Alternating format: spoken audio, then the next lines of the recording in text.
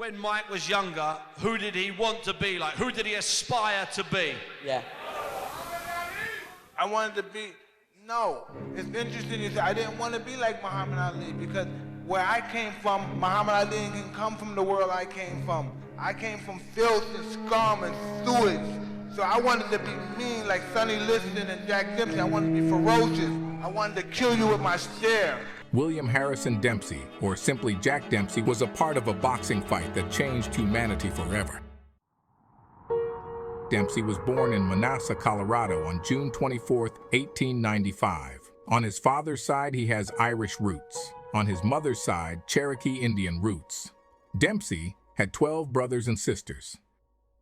Their family was very poor and constantly moved around the state in search of work. Jack started working at the age of 8. He harvested crops, was apprenticed on farms and in mining camps. At age 16, he dropped out of school and left home, embarked on his own journey in search of work and a chance to escape from abject poverty. He became one of those who in the States were called hobos, people with no fixed abode. But unlike the classic hobos, hobos were, if I may say so, homeless people who worked and wandered from city to city in search of better working conditions. This layer of the population began to form in the States after the Civil War, which lasted from 1861 to 1865. After the end of the war, many soldiers began to look for employment, and since at that time began the active development of the railroad network, these people had the opportunity to travel long distances. However, due to limited finances, the hobo traveled illegally on trains, using methods that were unsafe to life. In 1911, when J. Dempsey left home to become a hobo, there were about 700,000 such people in the United States, out of a population of 75 million. Dempsey worked at a railroad station and in a mining town in Colorado. Jack's older brother Bernie participated in parlor fights in his spare time. Jack followed in his footsteps. Following the example of the first world champion in the super heavyweight John Sullivan, he entered the saloon with the words, "I cannot sing and dance, but I can kick the ass of any of those present." Sullivan never said anything about singing and dancing. That was Dempsey's own idea. Jack weighed about 68 pounds and was 6 feet 2 inches tall. Most often fought with opponents who were much heavier than him. For his black as tar hair, he was given the nickname Little Blackie.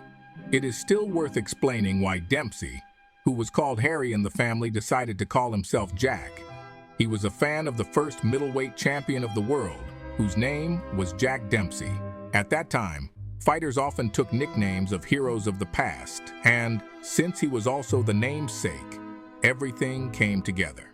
The period of fights in saloons and bars stretched for 3 years. Sometimes they were easy victories, and sometimes they were brutal and bloody beatings. The reward could be a few dollars, or just a piece of bread, literally. When I was very young, I was often knocked down, and I wanted to stay on the floor, but I couldn't because I needed that $2 for the win. Otherwise, I would go home hungry. The U.S. was going strong at that time. The oil industry and steel industry were the largest in the world. The length of railroads was almost 400,000 kilometers. 4,000 power plants were built. There was rapid urbanization. There were 50 cities in the country with a population of more than 100,000 people. Various types of cars, steam, internal combustion engine, and even electric cars traveled on the roads in the 1910s. We can confidently say that at that time, the states were developing faster than any other country in the world. You may have a question. If everything is developing, there is plenty of work. Why are there so many poor people who could not improve their situation? Powerful development is impossible without cheap labor. A financially well-to-do person would not go into a mine, would not lay asphalt or rails at night, would not work in the chemical industry where safety equipment was simply absent in those years. This work requires poor and desperate people who have nothing to lose, and there were a huge number of such people in the USA. First of all, cheap labor was imported from Africa. Everyone knows that. But workers were also imported from China, albeit in smaller quantities. For example, the first transcontinental railroad of the United States, which seriously influenced the development of the domestic economy, was built mostly by Chinese workers. Many Chinese also worked in the mines. Second, millions of people traveled to the United States in search of opportunity. Between 1865 and 1918, 27 million people came to America. And since New York City was the main migration gateway, over time, people from more than 20 countries were residents of that city. The largest number of migrants from 1865 to 1918 came to the U.S. from Italy, more than 4 million. In addition to Italy, the top 5 were Germany with 3.8 million, Russia and Great Britain with almost 3 million each, and Ireland with just over 2 million. The vast majority of these were very poor people ready to grab any job. As a result, we have tens of millions of units of cheap labor, and one of the key factors in the success of the U.S. is that local businessmen quickly figured out where to put this labor force to quickly develop and earn money. Therefore, companies in the field of heavy labor sought to hire migrants because they were willing to work for any pay, even the lowest, because they had no other legal options for work. Moreover, over time, companies that employed U.S. citizens began to gradually lay them off and replace them with migrants. As a result, people who had jobs were left without them, and very quickly, hundreds of thousands of American families became poor. The backstory of the incident, titled The Rock Springs Massacre of September 1885, best describes what was going on in the mines of the town of Rock Springs. Owned by the Union Pacific Coal Company until 1875, only U.S. residents worked in the mines. Given that coal mining was very dangerous yet low-paying labor, about 150 of the 200 workers went on strike. After 2 weeks, the company fired all the strikers and hired Chinese workers in their place. Then the number of Chinese workers began to increase. Americans were hired too, but at much lower wages than before. All this led to a massacre by a very disgruntled local population. 150 men with guns entered the neighborhood where the Chinese workers lived. They shot 28 Chinese, wounded 15 more, and burned 79 houses. Over time, the U.S. began passing laws to limit the number of foreign workers in various types of jobs. Laws on the amount of minimum wage appeared. They started to introduce quotas on immigration to somehow stop the uncontrolled flow of people coming from all over the world. However, these laws were then adjusted, canceled, passed again, canceled again. But that's another story. The most important thing is that at the turn of the 10th to 20th years of the 20th century, the country's leaders realized that cheap labor is good, but its oversupply is not good. What about those migrants and U.S. citizens who didn't get jobs? When a person sees his family, his children starving, and there is no way to earn money for food, he will at least consider taking the criminal path. The first thing that probably comes to your mind is the Italian mafia. But the Italian mafia is only part of the ethnic underworld. But the Italian mafia is only part of the ethnic criminal world. For example, there are 62 Hispanic gangs in the States at the moment. There are about 1 million gang members of all ethnicities, and half of them are Hispanic. And we go back to the 1910s, when no one could keep up with the States in terms of development. But there were millions of people in the country with very slim prospects of getting better. And Jack Dempsey was one of them. In New York, skyscrapers were already being built. Cars were driving on the streets, and he had to fight in the base for a piece of bread, because sometimes it was the only way to get food. And Dempsey was well aware that, given his poor background, his only option was boxing. He had his first official bout in November 1914. In the first 2 years of his career, he fought 35 fights. 4 of them were unofficial, but it does not change the essence. His personal record is 4 fights in 22 days. In all 4, he won by knockout. Jack fought desperately. Every time, it was like it was the last time. Because he was a man with nothing to lose, a man for whom hunger was his constant companion. By the time he was 19, the only life he knew was one in which he had to think every day about whether or not he could eat tomorrow. I was once knocked down 11 times, and each time I got back up because I was hungry. In the end, I won. A champion is someone who gets up when he can't get up anymore. Jack Dempsey got his first big fight on February 14th, 1917. His opponent was fireman Jim Flynn, the same one who before his championship fight with Jack Johnson said, "If I lose to this black, you can shoot me." As the fight progressed, Flynn tried to headbutt Johnson, and when officials entered the ring to stop the fight, one of them had a revolver. The Dempsey versus Flynn fight ended in 1 round. There is no exact information about how long it lasted. Some sources say that Dempsey was on the floor in the first seconds of the fight. The referee counted to 10 and recorded Flynn's victory at the 18-second mark. The archive says the fight lasted 25 seconds. Dempsey himself wrote in his biography that the fight lasted 2 minutes.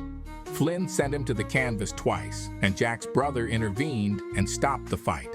Anyway, Dempsey lost early for the first time in his life. Looking ahead, it was the only early loss of his career. The only fight in which Dempsey lost by knockout was against Jim Flynn. Before that fight, Jack hadn't eaten for 4 days. Although Jack fought often, his fees remained modest, but in addition to his own family, Jack had to support his aging parents as well as several of his sisters. It pained him to see how difficult it was for his mother. Once, while still a child, he and his mother and sister were traveling by train and only had enough money for 1 ticket. They hoped that the controller would pass by, but he immediately noticed the children, who were dressed in old, in some places already holy clothes, and threatened to drop them off at the nearest stop. The gentleman who had paid for the tickets interceded. As Dempsey recalled at that moment, he could hardly hold back his tears and swore to himself that he would get out of this humiliating poverty and provide a decent life for himself and his mother. As for his father, Jack had a different attitude towards him.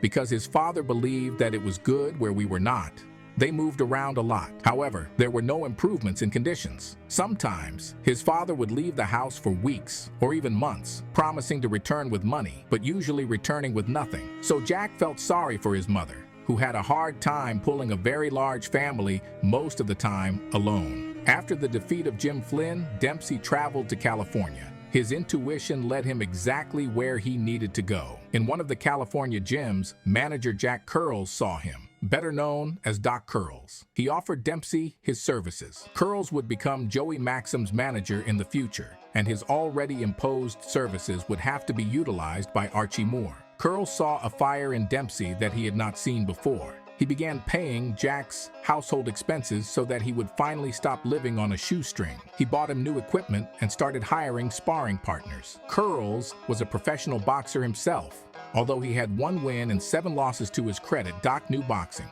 He saw that Dempsey had a good left hook, but he rarely used it. In training, Kearns would tie Dempsey's right hand and he would only hit with his left hand. Exactly 1 year after the first fight, Dempsey and Jim Flynn met again. As in the first time, the fight ended in the first round, only this time, Jack took a rematch.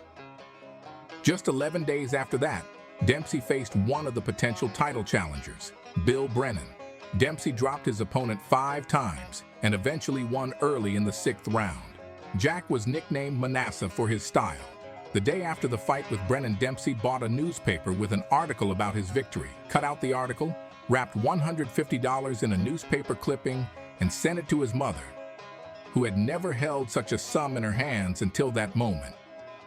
For example, the average monthly salary for a school teacher was $80, and that was good money. The final obstacle to a title fight was Fred Fulton. Dempsey faced him in July 1918. Fulton was 1.98 meters tall. He had 41 victories, 45 of them early. He possessed a heavy punch and was nicknamed the Plasterer. Fred Fulton was the main challenger for the title, and a fight against the champion Jess Willard, whose height was 1.99 meters, was planned for July 4th, 1918. However, the Battle of the Giants was not destined to take place. The organizers decided that it was not a good idea to hold a championship fight while the First World War was going on. At that time, the states were already parties to the conflict, so the fight was postponed. But then Jack Dempsey appeared on the horizon, and it was decided to give Fulton a fight with him. The idea turned out to be a bad one for Fulton. He was knocked out in 23 seconds. 4 months after this victory, Dempsey cemented his status as a rising star. In November 1918, he knocked out reigning heavyweight champion and future Boxing Hall of Fame member Barney Lebrowitz, who went by the alias Fighting Lewinsky. The road to a fight against champion Jess Willard was clear. And when World War I ended in November 1918, Tex Rickard, familiar to you from the Jack Johnson issue, began preparing for the fight. You probably remember that the Jack Johnson and James Jeffries fight was organized by Rickard on Independence Day. In the case of the Willard-Dempsey fight, Rickard did the same thing, scheduling the fight for July 4th, 1919. The favorite for the fight was Jess Willard, who was taller than Dempsey by 14 centimeters and heavier by 26 kilograms. Dempsey earned the right to fight Willard, but still fight promoter Tex Rickard feared for Dempsey. Willard had already killed a man in the ring. Rickard went into Willard's locker room and said, "Be careful, don't hurt him." In fact, it turned out Rickard had the wrong boxer in mind. The challenger simply tore up the reigning champion. This fight still bears the title, the most brutal beating in the history of the super heavyweight division. Let me remind you that at that time, there was no mandatory count to 8, so the fight was restarted when the downed fighter got up, and the boxer, who knocked down his opponent, was not obliged to go to a neutral corner, but could stand next to his opponent. Most often, boxers stood to the side of the rising opponent. Thus, he was in a vulnerable position. Brutal, those were the rules. When Willard was on the floor for the 7th time, he wasn't going to get up. The referee counted to 10 and declared Dempsey the winner. Jack left the ring with a sense of accomplishment. Only the fight wasn't over. At the moment when the referee counted to 10, a gong sounded over Willard, who was sitting on the floor. According to the current rules, the gong about the end of the round does not save from a knockout, and even if it sounded, the boxer still has to get up before the end of the referee's count. In those years, there was no such rule, and the gong saved the boxer. But when it sounded, there was such a roar of the crowd in the arena that no one heard it. When the timekeeper explained the situation to the referee, he signaled for the fight to continue. Luckily for Dempsey, he didn't get far enough away and heard his manager, Doc Kearns, yelling at him to finish the job. If Jack hadn't made it to the start of the 2nd round, he would have lost. And if I had been a journalist at the time, I would have written something like, "Jess Willard defeated by 7 knockdowns." The 2nd and 3rd rounds were uneventful, but Willard's face was rapidly bruising. After the 3rd round, he refused to continue the fight. According to eyewitnesses sitting in the corner, a battered Willard said several times the phrase, "I have 100,000 and a farm in Kansas." He wasn't just talking about 100 grand. It was his fee for the fight. Dempsey was supposed to get $27,000, but he only got $17,000.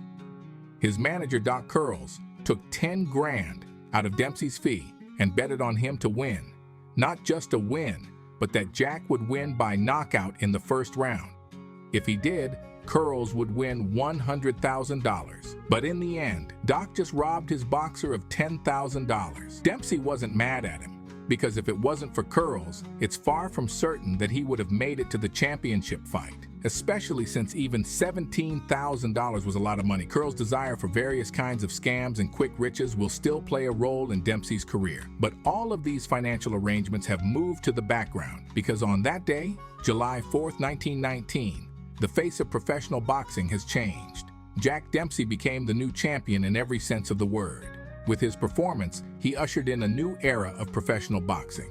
He changed the perception of what a professional fight should be. If before him boxing was more like a tactical confrontation, now Dempsey showed the public that the fight can be dynamic, scintillating, and exciting. No super heavyweight champion before him has ever won a title in this style. In addition, given that Jack was much smaller than his opponent, the audience was ecstatic that little Dempsey simply wiped the floor with the giant Willard. For the first time in the history of boxing, on the example of a fight in the super heavyweight division, the audience could discover the meaning of the phrase. It's not the size of the dog in the fight that matters, but the size of the fight in the dog. Jack Dempsey turned a page in the sport and became the founder of a new chapter. From that day forward, in the eyes of the public, Jack Dempsey is what boxing is all about. Dempsey's popularity led to the New York State Athletic Commission legalizing boxing in its territory in 1920. This was the second time this had happened, because boxing was first legalized in New York in 1911. But in 1917, it was outlawed again. In 1920, boxing was finally legalized. This contributed to its development, because now you can officially hold fights and gather large arenas in the region where the richest people in the country lived at the time. Dempsey's aura worked wonders. What had been banned nationwide, except in the state of Nevada, began to become legal. In the same year, 1920, the process of creating a new National Boxing Association, abbreviated as NBA, began. Thanks to the NBA, boxing was legalized in 13 more states. In 1920, Dempsey had 2 defenses, and separately I would like to talk about his confrontation with a boxer named Billy Miske. This was the 3rd meeting. The first 2 took place in 1918, when Dempsey was not yet a champion. Both fights lasted all the scheduled rounds, 10 and 6 respectively. Dempsey won twice, but if you look at the result markings, you see the NWS. It is an abbreviation of the word newspaper. In that period of time, a system was introduced that did not include evaluation by judges or referees. If the boxers went the whole distance, and even if during the whole fight, one of them beat the other one, the fight was still recognized as a draw or ended without announcing the result. But at the same time, the reporters working at the fight organized a vote among themselves about who they considered the winner, and then wrote about the result of the fight on the basis of this vote. Over time, the newspaper results were added to the official statistics. In mid-1920, Dempsey and Miske met for the 3rd time. Recalling the first fights, Dempsey said that it was not easy for him to cope with Miske.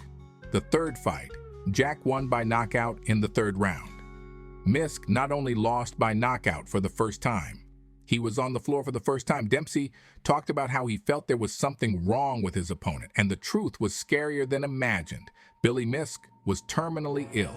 Even 2 years before the 3rd fight with Dempsey, Billy learned that he had an incurable in those years kidney disease, and he had no more than 5 years to live. And that was assuming he quit boxing. But Miske had a wife and 3 kids, and his car sales business was failing. Miske was a great boxer, but a bad businessman. He trusted the people he thought were his friends, and some of his friends cheated him, leaving him with a lot of debt. Miske kept his diagnosis a secret and continued to box.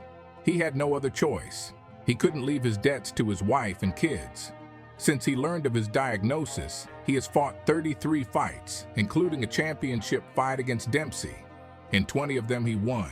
In the fall of 1923, Miske was already in such a condition that he sometimes had difficulty walking.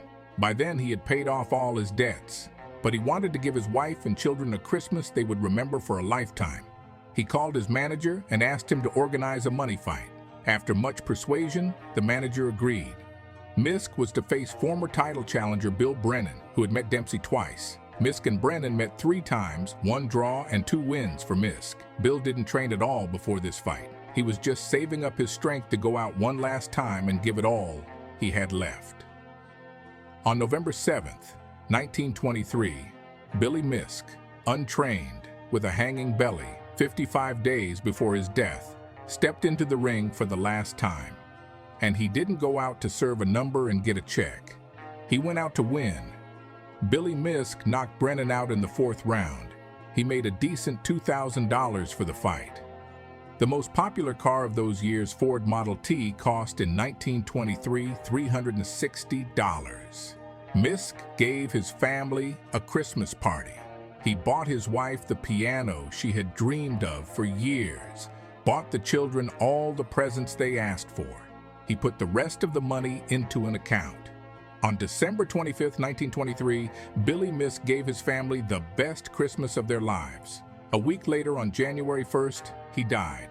Billy Miske's story is tear-jerking. He is a man who fought for his family literally to his last breath. It's one of the most moving stories in world boxing. In 2010, Miske was inducted into the International Boxing Hall of Fame. In 1921, promoter Tex Rickard, after 2 financially unimpressive fights of Jack Dempsey, thought about how to attract the public. He decided to organize a fight in which 2 champions in the super heavyweight Jack Dempsey and light heavyweight George Carpentier will meet. Rickard borrowed $250,000 to build a temporary stadium in New Jersey with a capacity of more than 90,000 spectators. The fight was presented as hero versus villain. If you thought the hero was Jack Dempsey and the villain was a foreigner, you were wrong. The hero was George Carpentier. The French boxer fought in World War I as part of the French Air Force and received 2 awards, a Medal for Heroism and the Military Cross for valorous service. Due to this, Carpentier was very popular in Europe, and when he came to the USA in the end of 1920 and won the title of World Champion in light heavyweight, became very popular in the USA. With the hero sorted out, but what did Dempsey do if he was called a villain? The original word used was villain, which also means scoundrel. For this, we will have to go back a few years. In April 1917, the United States announced its entry into World War I. A year later, as Dempsey began to rise in the ratings, manager Doc Kearns decided he needed to work on increasing his popularity and arranged for Dempsey to be photographed allegedly working in a shipyard, contributing to the victory. In 1917, Jack did work at the shipyard for a while, servicing warships. But in 1918, when the photo shoot took place, he was no longer working there because Kearns was paying his expenses so he could concentrate only on boxing. The photos were published in small presses and went almost unnoticed. After Dempsey became a champion, his ex-wife Maxine Gates showed up, who incidentally before meeting Jack, was engaged in providing services in the field of commercial love. Maxine Gates wrote a statement accusing Jack Dempsey that he cheated the state. The fact is that after the U.S. entered the war, Dempsey was on the draft list. Manager Doc Kearns, on Jack's behalf, filed a petition to exempt him from military service, since Dempsey was supporting his wife, mother, and other non-working family members. And that was indeed the case. But Maxine Gates claimed that Dempsey did not support her and therefore illegally evaded a possible draft. During the investigation of the case, it turned out that such a righteous desire to bring her ex-husband to justice was nothing more than jealousy and greed. Gates divorced Dempsey just 3 months before he became a champion and made a lot of money. It was hard for her to come to terms with the fact that the big score had passed her by. She started writing to her husband, blackmailing him that she would report him if he didn't pay her $40,000. Jack refused to pay. She reported him, and the investigation proved the allegations were false. The case was so transparent that the trial lasted only 7 minutes. Dempsey was acquitted. The ex-wife returned to the brothel, and 4 years later died in it during a fire. I guess the draft-dodging story is closed. Dempsey got an exemption really on the case as the sole breadwinner of a whole group of people. But even before the trial, someone dug up those very shipyard photos in the archives and pointed out one moment that made it look like they were staged. Jack Dempsey is in a work uniform with a sledgehammer in his hands, but he is wearing shiny, expensive shoes. And now the photos have been published by all major publications. Many journalists and many fans began calling the champion a draft dodger who didn't want to defend his homeland. When the court acquitted Dempsey and officially confirmed his right to be exempted from a possible draft, the wave of negativity subsided. Interestingly, it was only Dempsey who suffered from the negativity. Exemption from the Army received all famous athletes of the USA, and for some of them, the certificates were bought by their clubs not to lose valuable personnel. But one unsuccessful photo shoot in some with false accusations of a greedy brothel employee for some time made Dempsey an anti-hero. No argument there. Carpentier, who took part in the war as part of the Entente forces, is indeed a hero, but Dempsey, though he did not fight, is by no means a villain.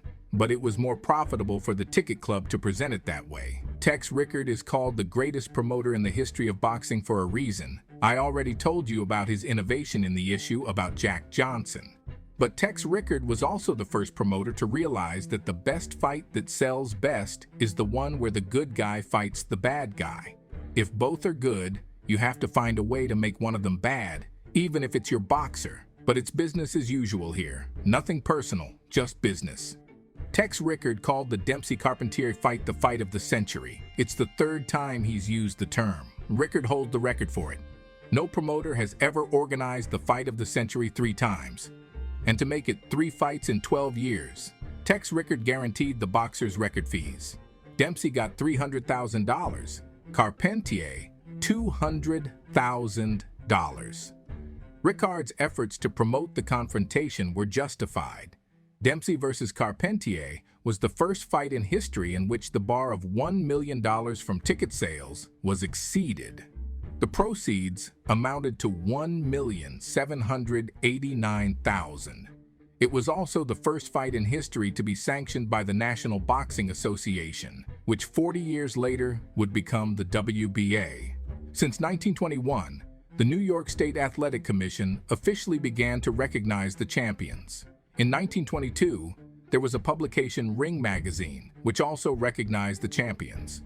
So already in 1922, to become an undisputed or absolute champion, it was necessary to be recognized by 3 organizations. That's the point about, well, there used to be only one title. Yes, there was, but for about 6 months. But back to Dempsey and Carpentier. Despite the high-profile signage, the bout didn't pull the fight of the century. Dempsey was noticeably bigger and more powerful. Carpentier tried to discourage his opponent with movement, dodges, and counterattacks. But Dempsey was not confused, and in the 4th round, he dropped the Frenchman. Carpentier tried to deceive his opponent. He lay there as if he couldn't get up, but then he jumped up, trying to catch his opponent off guard. He was immediately caught with a series of counter-punches and was back on the floor. And that was the end of the fight. It was the first fight in history to be broadcast on radio. In total, there were more than 100 public radio spots in 60 cities in the U.S. Thanks to this, Dempsey became the most famous athlete in the U.S. and naturally, the richest. Recall, his guaranteed fee was $300,000, and the average annual salary in the U.S. in that year was 200 times less. It was $1,500. Dempsey was on top of the world. But he was in no hurry to get back in the ring. He was 26 years old, and he had 68 fights on his record, and that's just the official ones. That's 3 times as many unofficial fights. Jack decided that now, as a champion, he would emphasize quality over quantity. He was the first boxer to build his career from a business point of view. Dempsey did what Floyd Mayweather did, but almost 100 years earlier. In addition, Jack began to think that he needed to diversify his activities beyond boxing. And it must be said that for this, he had great opportunities. Just then, the start of the period called the Roaring 1920s.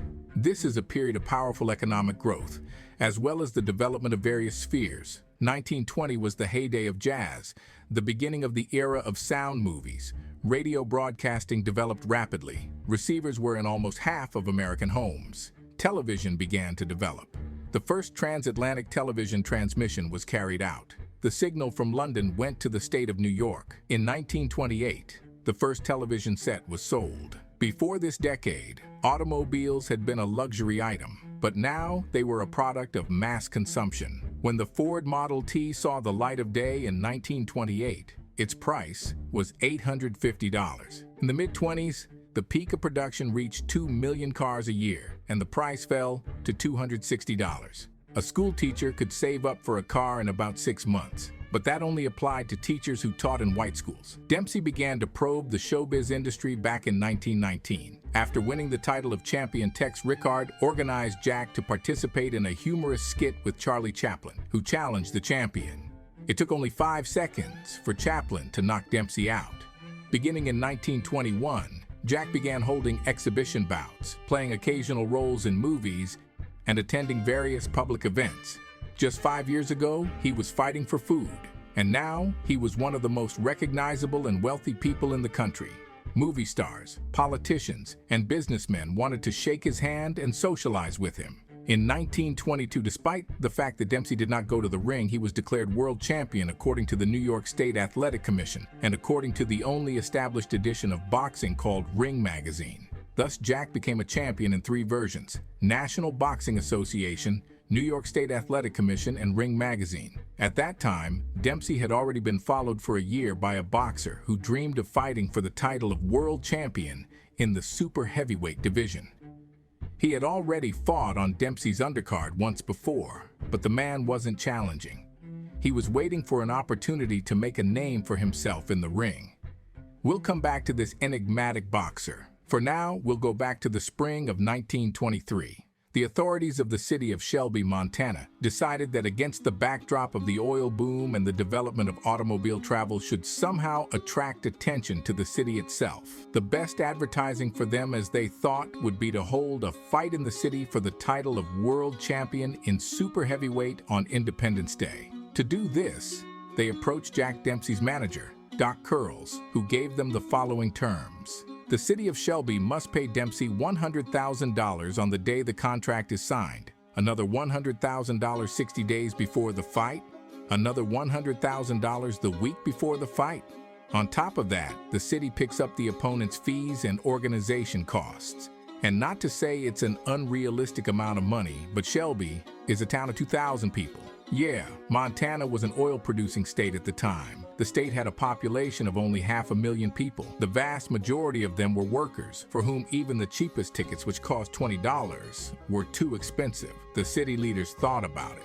But Doc Kearns assured them that the rich would definitely come to see the most popular athlete of our time, because there wouldn't even be a radio broadcast, and the tape of the fight will not immediately go into public circulation. Plus, the fight will take place on Independence Day.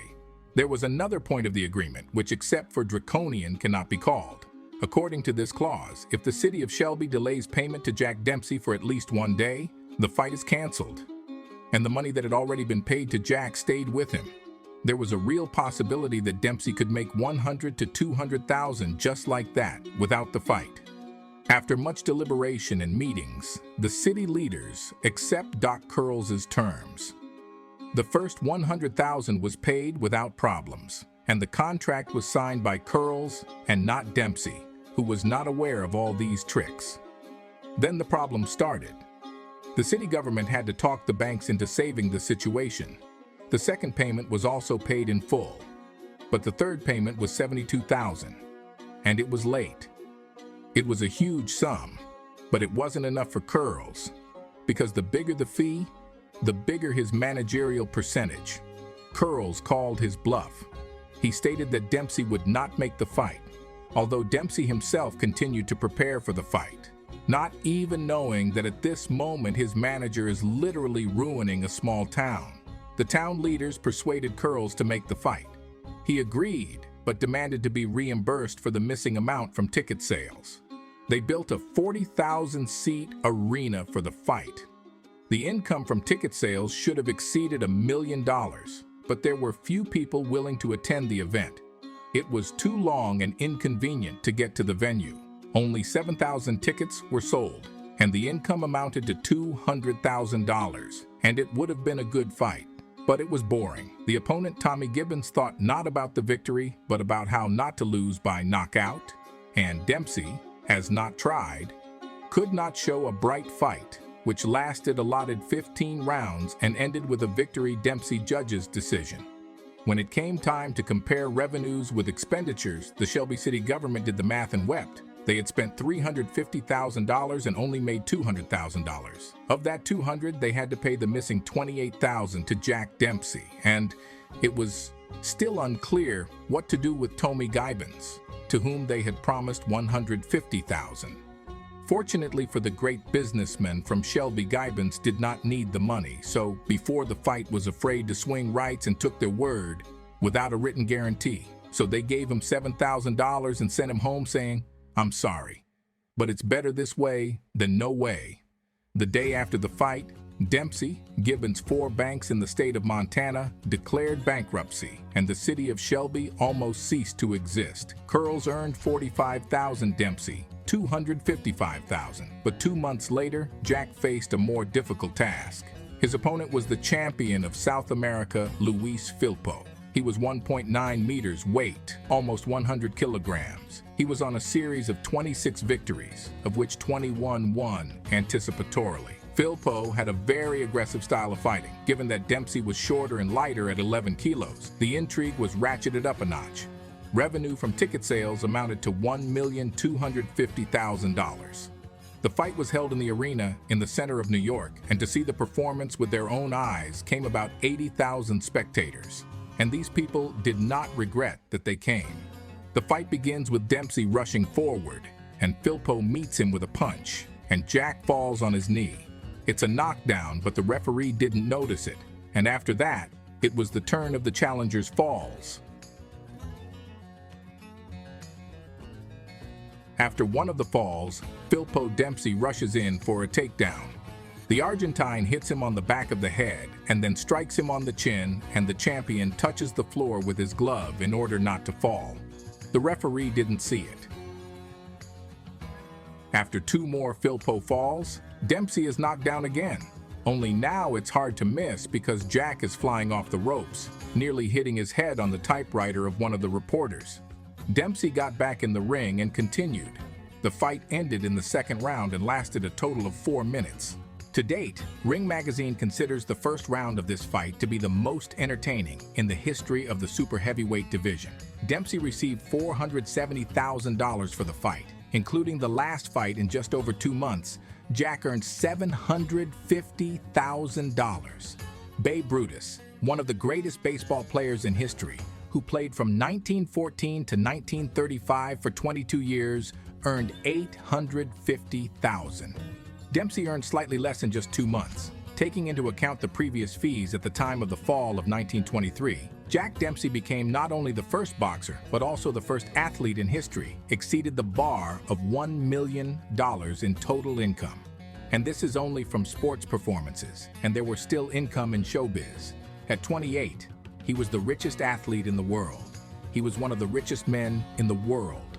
Of course, a large part of his success was the work of Tex Rickard, who skillfully promoted the fights, and manager Doc Kearns, who sometimes got Dempsey fabulous conditions. The foundation of his success, of course, was the spectacle he put on in the ring. After updating the records on fees, Jack again takes a pause.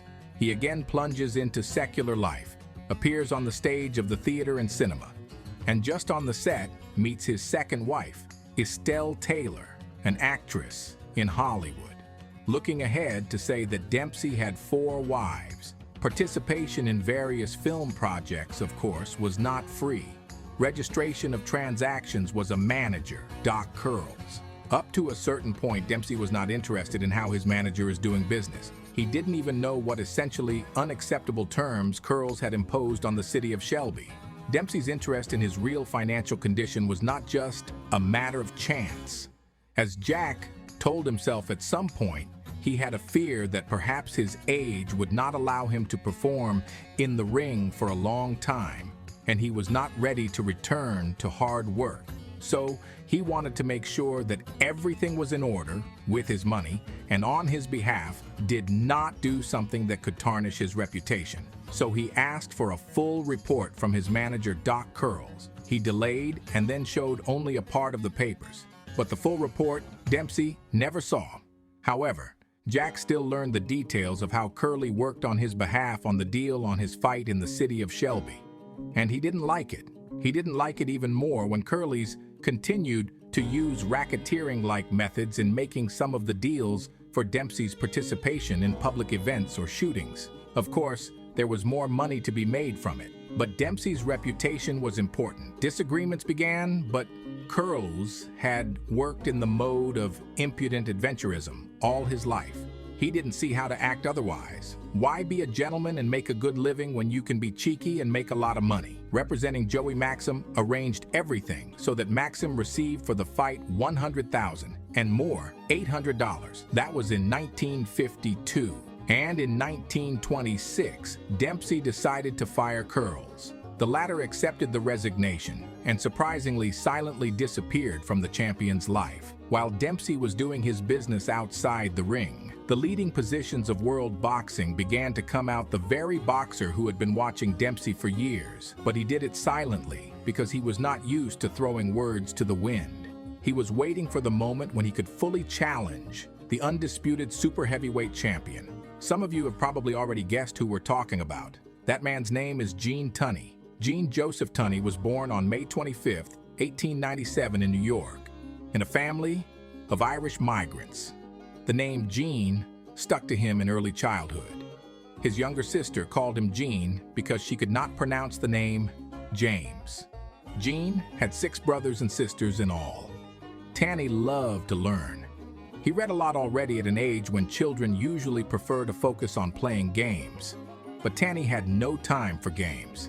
His family lived in a disadvantaged neighborhood, and at one point, Gene was targeted by local bullies, and his father took his son to a boxing gym. Although Tunney's family was not starving, they were still among the poor. And in 1912, at the age of 15, Gene had to drop out of school in order to retain the opportunity to box. His father could no longer pay for lessons. Gene took a job with a steamship company as a typesetter on a typewriter. After saving enough money, he bought a membership to one of the athletic clubs in New York, where professional boxers trained. Tunney worked during the day and trained in the evening. Over time, he began to offer his services as a sparring partner for free. Tunney well understood that experience for him now is more important than money. When Gene had just started boxing, his first trainer, former boxer Willie Green, noticed that Gene was different from everyone he had worked with before. Recalling that period of time, Tunney said, "For some reason, probably because of my character, I was more interested in how to dodge a punch than how to throw it." Tunney chose a very unusual fighting style for those years. He was very mobile, worked with fast multi-strike combinations, and tried to avoid clinch. And clinch at that time was an integral part of a professional boxing fight. Gene was a very difficult sparring partner because to hit him accurately was an extremely difficult task, and it was very interesting for everyone to work with him. Tunney made his professional ring debut in July 1915 at the age of 18. By this time, he was already a full member of the boxing community of New York, where he fought for the next 3 years. In May 1918, Tunney enlisted in the U.S. Marine Corps and later was sent to France. Tunney did not take part in the battles of World War I, but served in airplane hangar security. On November 11, 1918, World War I ended and Tunney received permission from the U.S. Armed Forces to resume his professional career in France. And over the next 6 months, he fought 9 bouts there. In June 1919, after the signing of the Treaty of Versailles, Tunney was transferred to Germany for duty. There he stayed for several months, and in the fall returned to the U.S. and resumed his career. He was taken under the wing by a manager named Frank Begley, who actively used Tunney's participation in World War I for his promotion. It was Begley who came up with the nickname that stayed with Gene Tunney for the rest of his life, Combat Marine. Within a year of returning to the United States, Tunney had 15 fights. For the most part, he fought in New Jersey, and the chance to perform on the big stage came to him on his own when Tex Rickard decided to organize the Dempsey Carpentier fight in New Jersey. Tunney's manager arranged for Gene to perform on the undercard. After the fight was won, he sat near the ring, and watching Dempsey defeat his opponent, Gene thought, someday, maybe someday. At that point, he was competing in the light heavyweight division, and from the outside, dreams of fighting Jack Dempsey himself seemed far-fetched. Gene Tunney knew that the realization will take time and effort, so he was in no hurry to challenge. In January 1922, Tunney became the U.S. heavyweight champion, defeating Barney Leibowitz, who 4 years earlier had lost to Jack Dempsey. In May 1922, Tunney went up against Harry Greb, one of the greatest boxers in history. Greb didn't have a heavy punch. He had 262 wins in his career, only 49 of them early. But he had simply insane stamina, constantly moving forward and trying to overwhelm his opponent with activity. For his attacking, sometimes quite rough style, he got the nickname Windmill from Pittsburgh. And already in the first round, Greb broke Gene Tunney's nose, and in the next 2 rounds, he split his eyebrows. And for the rest of the time, and the fight was 15 rounds, Tunney choked in his own blood. Gene lost the fight by decision. At the end, the crowd applauded him for his courage. As journalists wrote, it was one of the most brutal beatings that they had ever seen. After the fight, Tunney collapsed from exhaustion. Head-on injuries happen regularly in boxing. You can often hear a boxer who has suffered a head clash injury complain about it and cite it as the reason for the loss. Here's what Tunney said: "Even if his weapon at that moment was his head and not his fists. In any case, my head should not have been in the path of his weapon. So I'm going to assume he hit me with his hand." Tunney and Greb had a total of 5 fights over the course of 3 years. The first was won by Greb, the fourth was a draw, 2, 3, and 5 were won by Tunney. The results of fights 2 through 4 are called controversial. The problem was that from the second fight, Tunney adapted to Greb's style and began to work a lot on the body. And the public of those years, not accustomed to such an approach, simply did not accept Gene's calculated style, and for many the argument was only punches to the head. But in the 5th fight, Tunney opened up fully and at times literally beat up Greb. Gene won the decision, which no one questioned. In the summer of 1924, Tunney early defeated Dempsey's former rival Georges Carpathier, and in the summer of 1925, Tunney early defeated Tommy Gibbons, with whom Dempsey suffered 15 rounds in Shelby. Now Gene did not need to challenge Jack Dempsey. Everything was already clear. By early 1926, Tunney had 77 wins and only 1 loss, which he rematched with 3 wins. Tunney had found fame. His fight against Carpathier drew 30,000 spectators. In Dempsey's absence, Tunney could well have become a new hero, but he didn't. Boxing fans didn't accept his calculated style. So when it came to the Dempsey-Tunney fight, the public was waiting for the return of the king to show the upstart his place. Tex Rickard wanted to fight in New York. However, the New York State Athletic Commission said it would not give the go-ahead because it believed the main title challenger was Harry Wills. Wills was African American. Yes, the precedent for a black super heavyweight champion had already been set by Jack Johnson. But remembering how his victory over James Jeffries triggered riots and lynchings of black people in 25 states, Tex Rickard said he would no longer organize super heavyweight title fights between blacks and whites. The Athletic Commission insisted, and Rickard had to move the Dempsey-Tunney fight from New York to nearby Philadelphia. 120,000 tickets were sold. The revenue amounted to $1,900,000. Both boxers received record fees for themselves. Dempsey, $800,000. Tunney, $200,000. That's a 4-to-1 ratio. Exactly the same ratio in favor of Dempsey was in the predictions for the fight. Gene Tunney was not considered a threat to Dempsey, even with the fact that Jack hadn't fought in 3 years, and Tunney had 18 fights during that period. There's a simple thing to understand. In 1926, Jack Dempsey was a figure of intergalactic proportions. In the United States, they call them larger than life in terms of the level of fame, mass adoration, and awe for a boxer at the time of his championship. Jack Dempsey was probably #1 in history. At the time of his performances, no home had a television set yet. But Jack Dempsey was known by everyone from first graders to ancient grandmothers to retirees. And in the eyes of the vast majority of people, he was unbeatable. The fight was scheduled for 10 rounds. That was the rule in Philadelphia. It went the full distance, and it came as a shock. The unbeaten Jack Dempsey, the epitome of rage and uncompromising, couldn't beat Gene Tunney a single round. It was probably the greatest boxing lesson in history. After only 3 rounds, Dempsey was so discouraged that he decided to change tactics.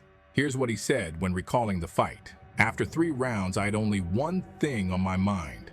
I had to prevent a knockout. Gene couldn't or wouldn't go #1 that night. That saved me." And really, in the second half of the fight, Dempsey rarely moved forward. Tunney didn't force things, working carefully. Nevertheless, it was a crushing of someone who seemed indestructible.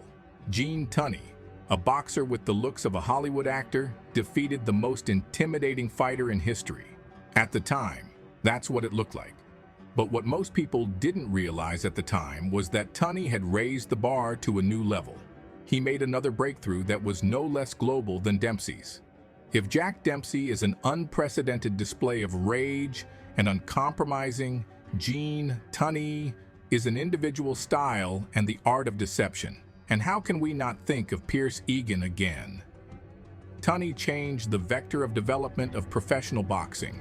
He showed that in super heavyweight, in confrontations of the biggest and strongest people on the planet, strength is not the most important criterion. Even here, intelligence and skill are above physical power. He was not the first to work with the jab or move around the ring, evading the opponent's attacks. He was not the first to work with multi-strike combinations, but he was the first who so effectively combined all these elements together and brought to a new, previously unseen level of skill. And unlike most boxers, he did not rely on the number of punches or strength, but on the quality and accuracy of punching combinations. His discreet, often cautious style, Tunney misled many people, but few knew that this discreet style was far more complex than it appeared and had intelligence behind it. Tunney's strength was the ability to visualize himself in the ring in a fight against a potential opponent. And by developing this skill in preparation for his fight against Jack Dempsey, Tunney unknowingly revolutionized the way he trained. In preparation for the fight, Tunney bought up all available recordings of Jack Dempsey's fights and began to study them thoroughly. No one had ever done such things before, if only because the tapes weren't cheap.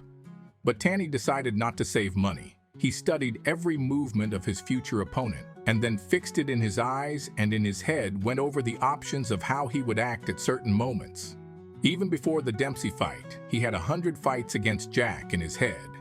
As Tunney said years later, "The plan for me to win the title against Dempsey I've been making for 6 years." Tunney lived the fight, but Dempsey didn't. 3 years of social life relaxed him.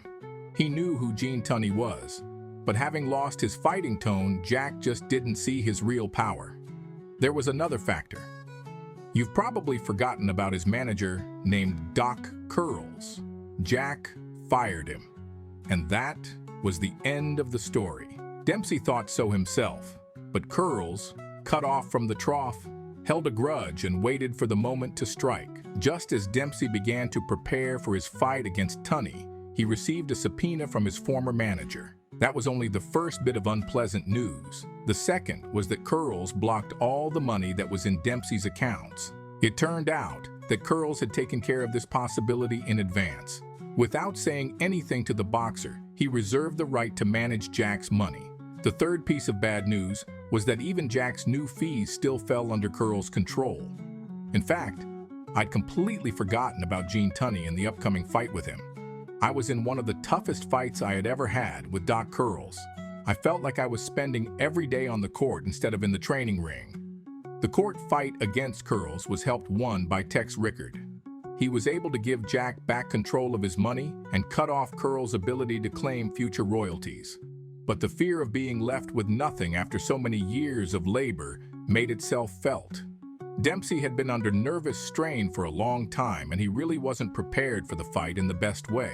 The question arises, in that case, does this not diminish the merit of Tunney? Here's what Dempsey himself answered to that. People don't realize what a beautiful display of boxing Tunney put on. He was a master of all the tricks. His footwork was superb. The thought was perfect. He punched accurately like clockwork. He fought wisely and carefully. I knew that night that I had no chance of beating Tunney. The undefeated Jack Dempsey had been defeated. Tunney defeated me fair and square, and a new king was crowned at super heavyweight. Can you imagine any of today's boxers saying something like that? After the fight, both took a break. Dempsey went on a 2-month vacation to the Pacific coast. It would be strange for a man who'd come all this way to give up, even though he was the richest athlete in the world. He knew very well that he had to have at least one fight before facing Tunney to regain his fighting form. Unlike modern boxers who after a loss try to choose an easier opponent to win and regain confidence, Dempsey went the other way. He asked for a fight against the most dangerous opponent available, and there was such a fighter. His name was Jack Sharkey, a major title challenger. Sharkey's real name was Joseph Paul Zukowskis. He was born into a family of Lithuanian migrants in 1902. He made up his nickname from the names of his 2 favorite boxers, The first was James Jeffrey's fighter Tom Sharkey, and the second happened to be his future opponent, Jack Dempsey. In the fight, Sharkey didn't give an ounce of respect to a boxer he admired. At the end of the 6th round, when Dempsey landed a light punch just after the gong, Sharkey returned the favor. As the fight progressed, Dempsey often attacked his opponent's body, and it paid off in the 7th round, but not in the way one would expect. Dempsey landing a few strikes. Sharkey appeals to the referee. Dempsey takes one to the chin there. Sharkey has forgotten the most basic principle of boxing. Defend yourself at all times. Sharkey argued that Dempsey hit below the belt. Only one punch is clearly visible on the replay. It's at the waist. But even if Dempsey was wrong, Sharkey chose the worst possible moment to point it out. Here's how Dempsey commented. When you position yourself as a championship contender, you have to have the poise, self-control, and common sense to realize the situation you're in. This misfire won't stop Jack Sharkey. In 5 years, he'll be a world champion. As for Dempsey, even though he beat the most dangerous title challenger, he started asking himself a lot of questions. Was I better in the Sharkey fight than I was in the Tunney fight? Was I even as good as I was before? Maybe I belonged with Jack Dempsey no longer in the headlines, but in the archives?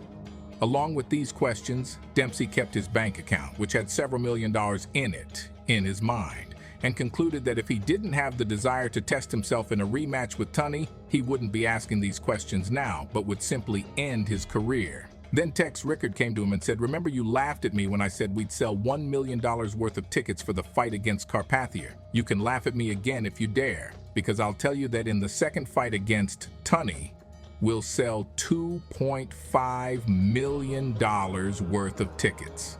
Dempsey could have laughed, but he didn't. And rightly so. 105,000 tickets sold for $2,850,000. It's the first fight in history to surpass the $2 million mark. Dempsey as a challenger got less than that, but it was still an impressive $500,000. Gene Tunney, on the other hand, had a very entertaining story.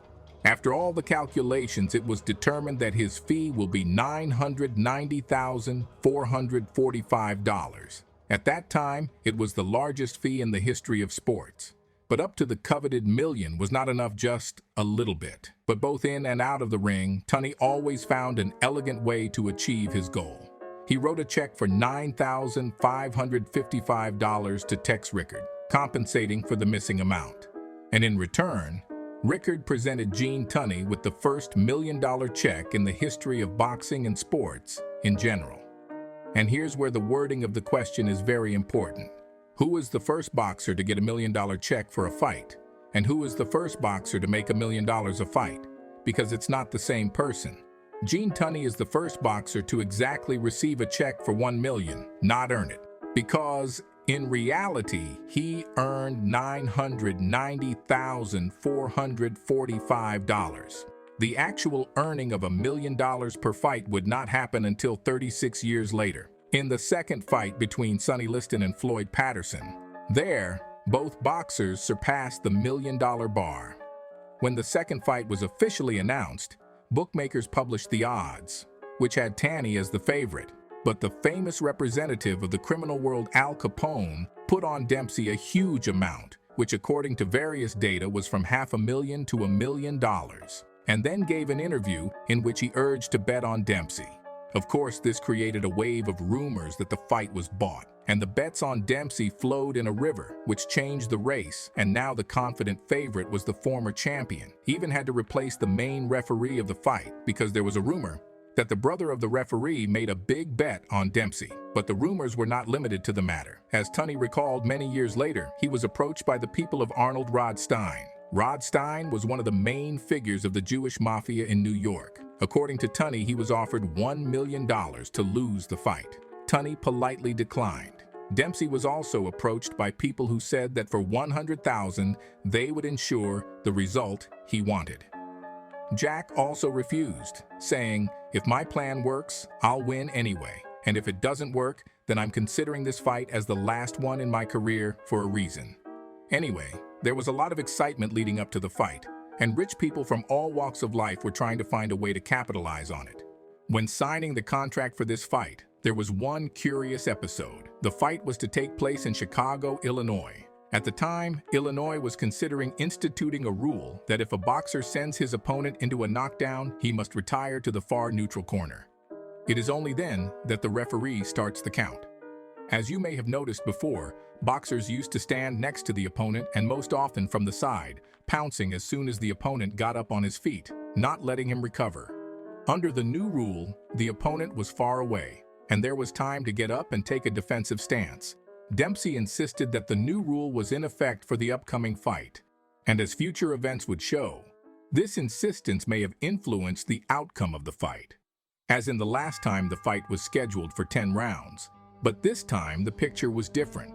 Dempsey was more cautious. He attacked less often than usual, but tried to act on the blast to try and catch his opponent off guard. Since Tunney felt best in the ring when his opponent was going at him, he was not very comfortable working with Dempsey, who was now taking a wait-and-see attitude at times. This showed that Jack can also analyze and draw conclusions from mistakes. In the 7th round, Dempsey timed Tunney's jab and threw a right jab. That disoriented Gene and he backed up. Dempsey attacks and takes his opponent down. A series of punches and Tunney is on the floor.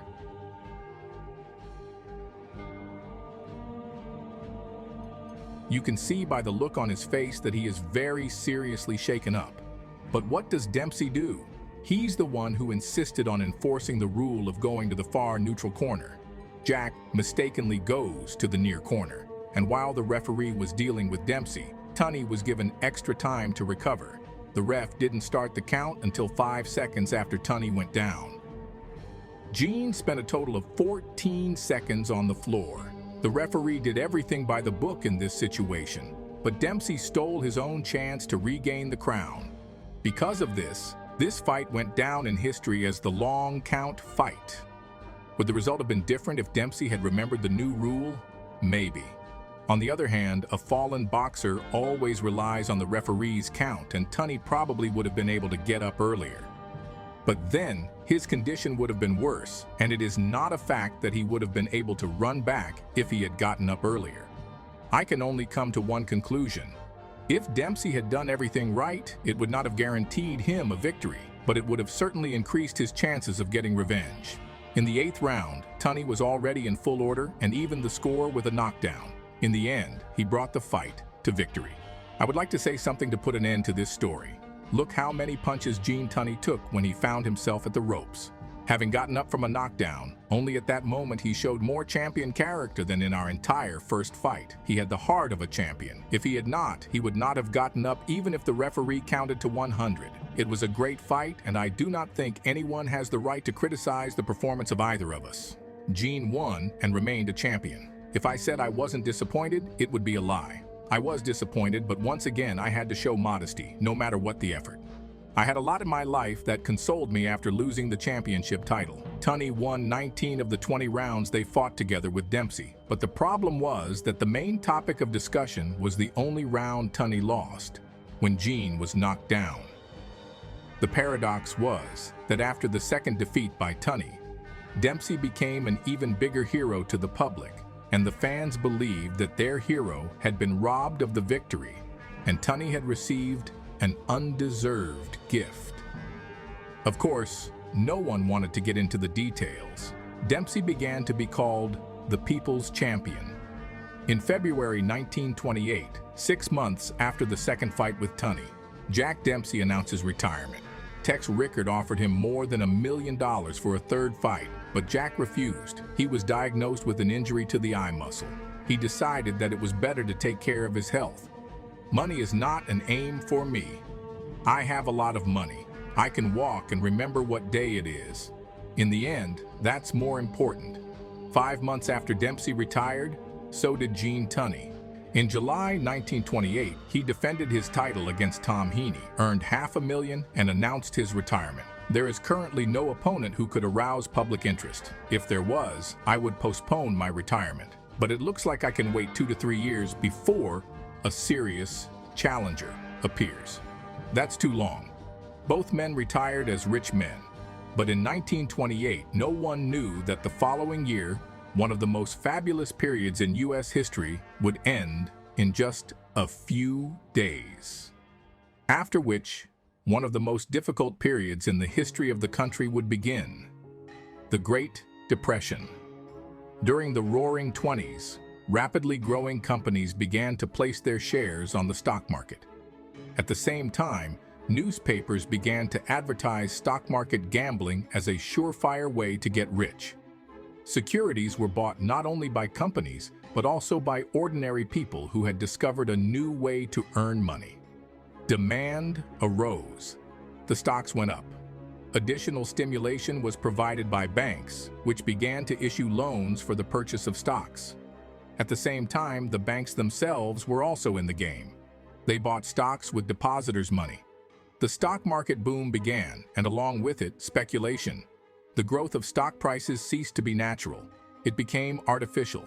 By 1929, the price of stocks of many companies was in a huge gap with reality.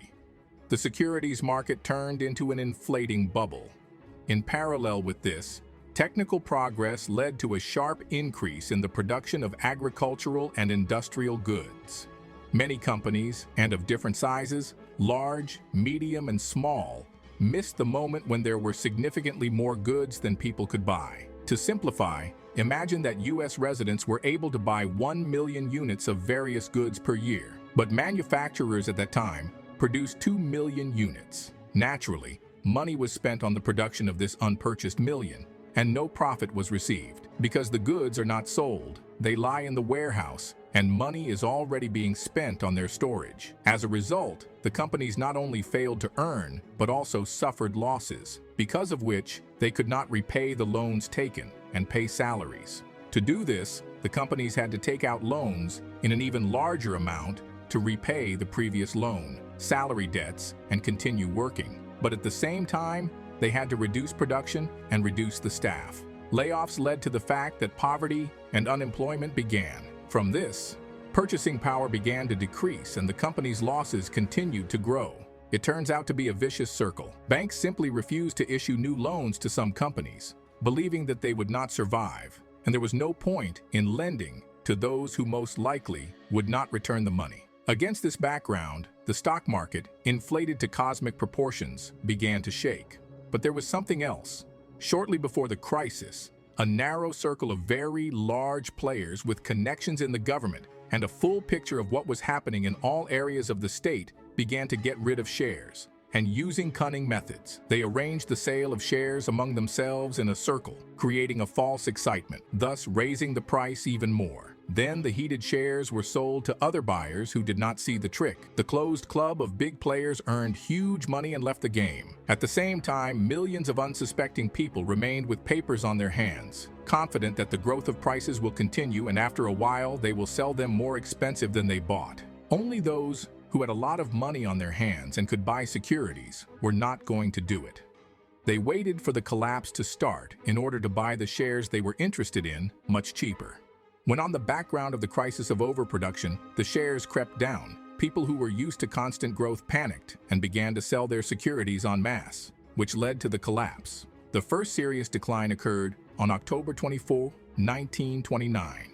The event was called Black Thursday. On October 29th, the stock market collapsed. This day is referred to as Black Tuesday. Security holders lost $30 billion in just 1 week. If translated into modern money, that's in the range of $500 billion to $1 trillion. For example, before the collapse, General Motors stock was worth $400 apiece, and after Black Tuesday, the stock price was only $15. Imagine a person who borrowed $10,000 for a year at a ridiculous 4% interest rate, bought the stock at $400 apiece, and started waiting to sell it for a higher price. Everyone is used to the market going up year after year, but in one moment, the optimistic investor finds out that his stock is worth $380, and he also has to repay the bank a loan with interest of $10,400.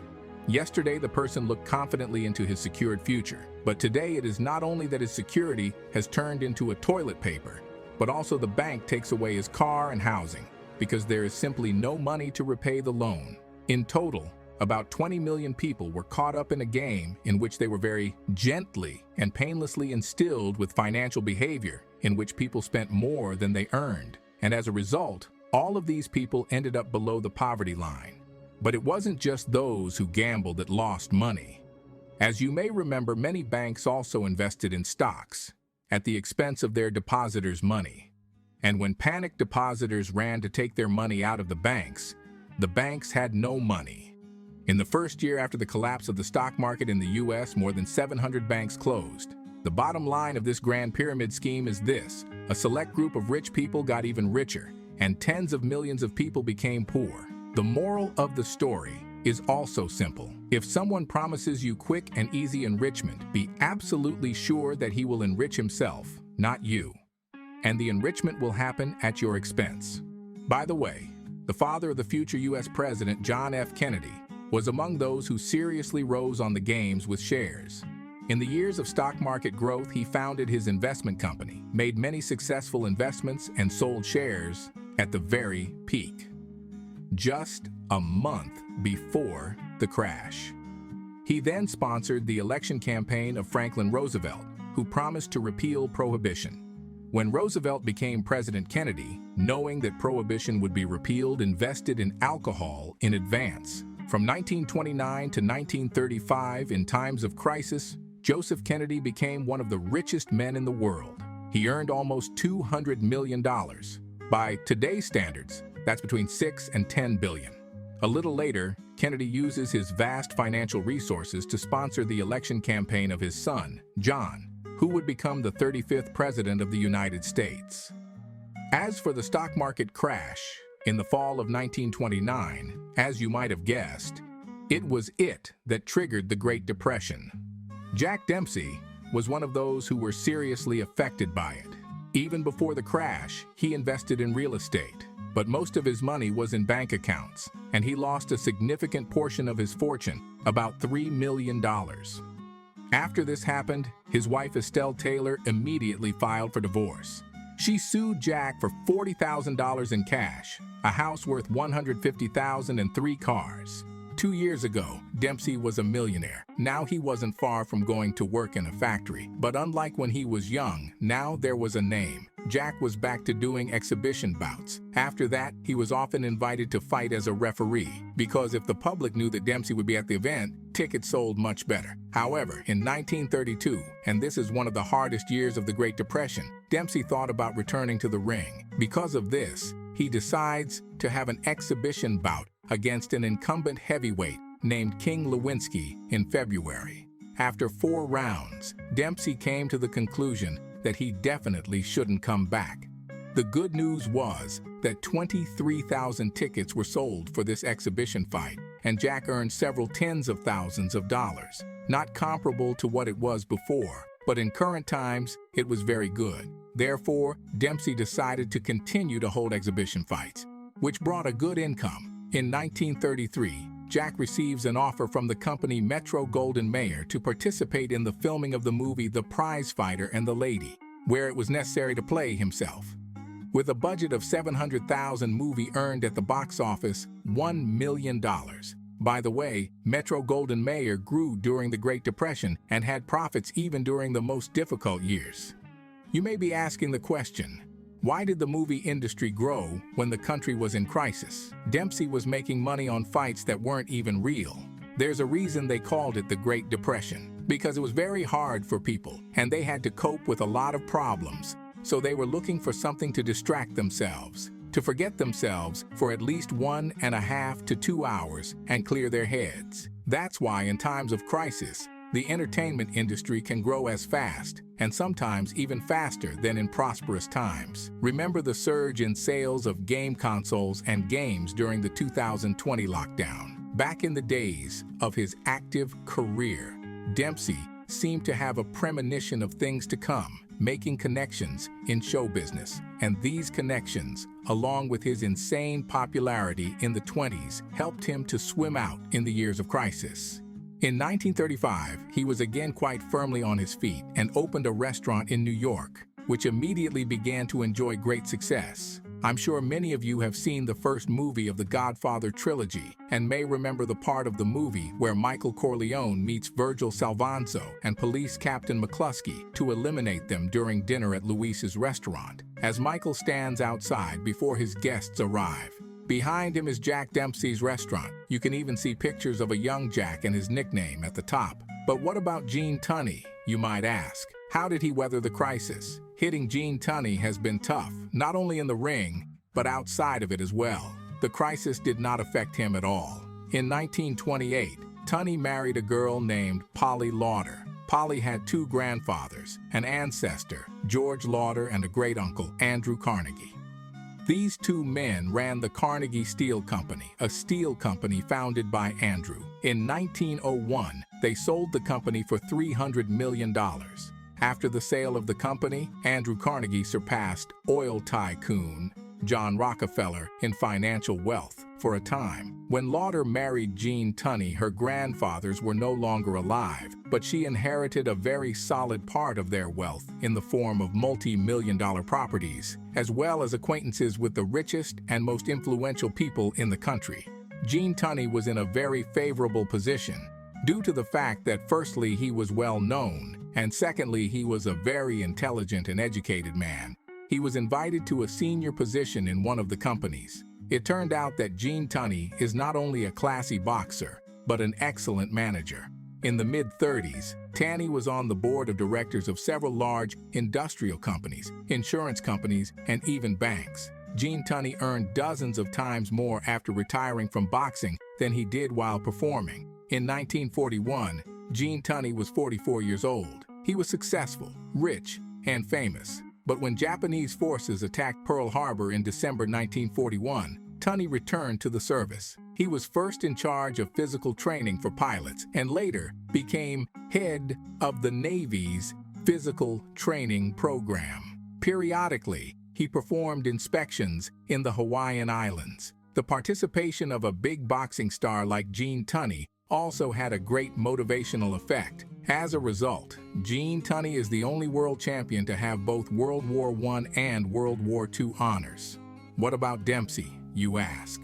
As we know, Dempsey did not participate in World War I, although he did service warships. But when the United States entered World War II, Dempsey applied to enlist in the Army. He was 46 years old and had not served in the Army before, so he was sent to the New York Coast Guard as Director of Physical Education. In 1944, having reached the rank of commander in the U.S. Navy, he was transferred to the USS Wakefield, a ship engaged in the transportation of soldiers.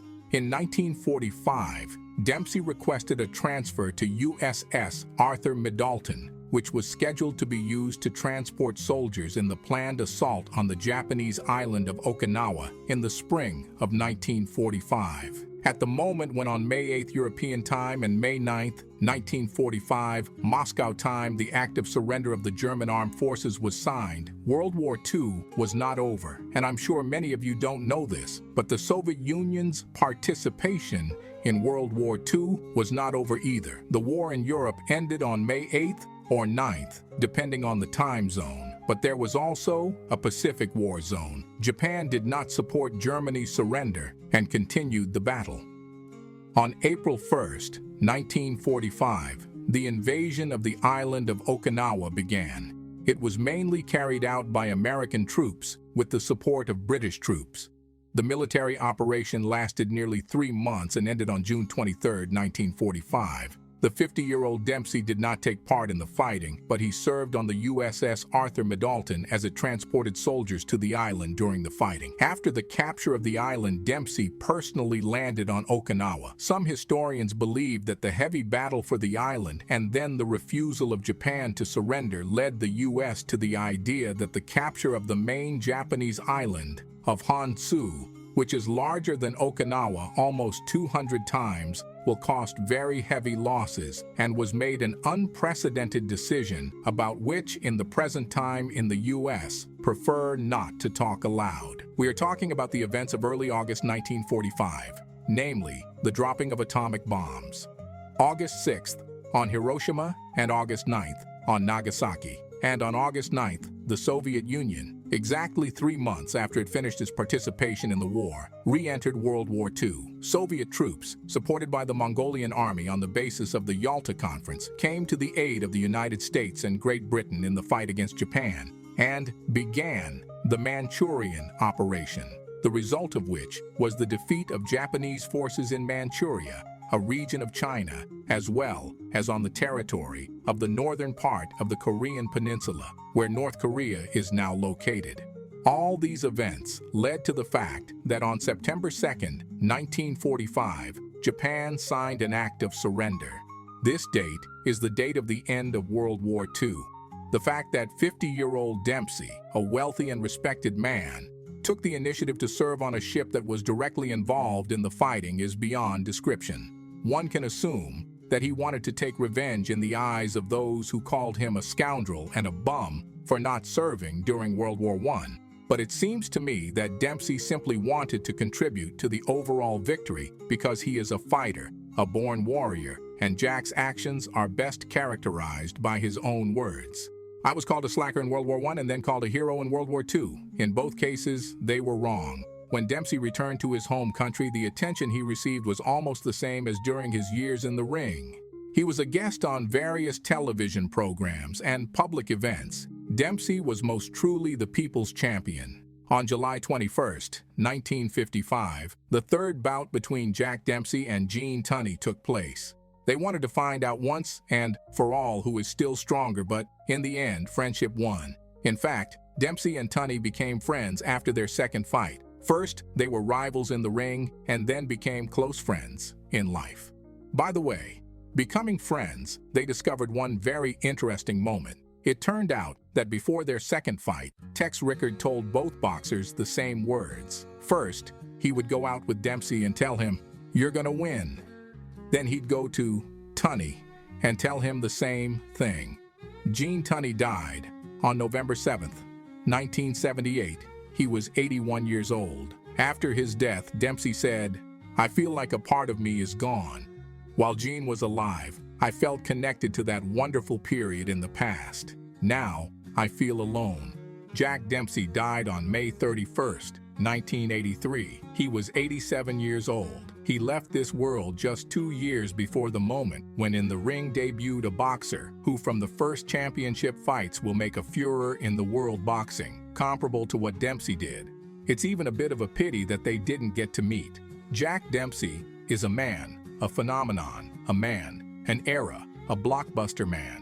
He was the first millionaire in sports, the first official champion, the first champion who gathered an audience of more than 100,000 spectators at a fight. He is the only boxer in history who participated in 5 fights with an audience of more than 80,000 viewers. In second place on this indicator is Tunney. He has only 2 fights, and these are fights against Dempsey. Dempsey is a fighter whose performances forced officials to legalize boxing. During his championship years, he never faced a single black boxer. But that's not his fault, because his promoter Tex Rickard no longer wanted to organize title fights between blacks and whites, remembering the aftermath of the Johnson-Jeffries fight. But Dempsey had one interesting moment involving a black opponent. Already after the end of his career in his autobiographical book, Dempsey wrote the following: "There was one man who was smaller in size than I was. I would never fight him because I knew he would flatten me." Who was he? It was Sam Langford. Jack may not have mentioned Langford at all, but he was always honest with himself and with people. And he was the first boxer in history to admit that he was really afraid of someone. I talked about Langford in the Jack Johnson issue, and how Langford is known as James Toney with a punch like Mike Tyson. Officially, Sema has 178 wins and 126 knockouts to his credit. He's one of the best boxers in history, but unfortunately, he never got a chance at a title fight. In the 20s of the 20th century, the popularity of Jack Dempsey is hard to compare with someone from other boxers in history, probably only with Mike Tyson and Muhammad Ali. But in their time, there was already television. Besides, Iron Mike's fame was not only connected with his career, but also with scandals. And Muhammad Ali, in the middle of his career in general, became a large-scale political figure. In Dempsey's time, boxing was not televised live because the technology was just emerging. It cost money, and not everyone could afford it. And Jack had nothing to do with politics, and yet everyone in the United States knew who Jack Dempsey was. His name was bigger than the sport. For his 2 fights in 1923, he received as much as all players of the 10 most popular baseball clubs in the country earned in total for the whole season. That's more than 200 people. By comparison, the top 10 MLB clubs currently spend $2.3 billion on payroll. Another interesting comparison, the second Dempsey, Tunney fight in 1927 generated nearly $3 million in ticket revenue. Do you know how much the ticket revenue was for the first Muhammad Ali versus Joe Frazier fight in 1971?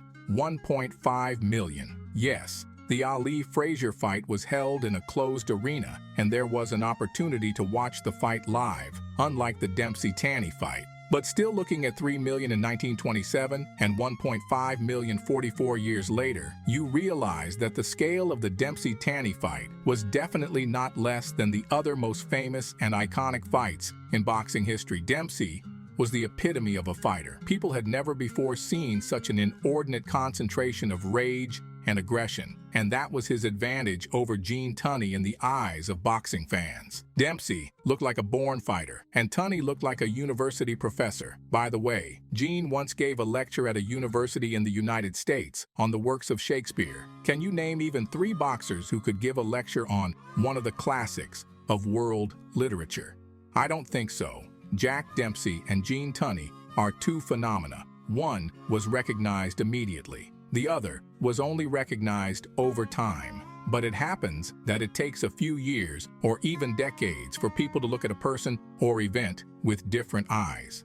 Gene Tunney is not as popular a figure as Jack Dempsey, but his contribution to the development of the art of boxing is certainly no less. In the ring, they were like ice and flame.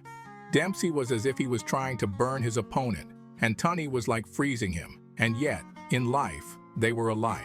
Kind, gentle, humble, smart, with big dicks. They started from scratch and had to take responsibility for themselves and their actions from childhood. They were able to not only get out into the public eye, but throughout their long lives, they were able to hold themselves up with dignity, financially and more importantly, in terms of human behavior and attitude. Don't believe those who say that greatness lies only in victories. True greatness lies in how one behaves after defeat. Of course, I don't want to repeat myself, but there are monsters lurking in the past that can put our ego in its place. If we try to collect examples of real male behavior in boxing, Jack Dempsey and Gene Tunney should definitely be among these examples. They are not just boxing heroes. They are heroes of their time, who have forever written their times in history, and they are great reference points for the current generation and for many to come. The story of these 2 men is a clear example of why it is important to keep the memory of heroes alive. Because heroism has no expiration date. Heroes live forever.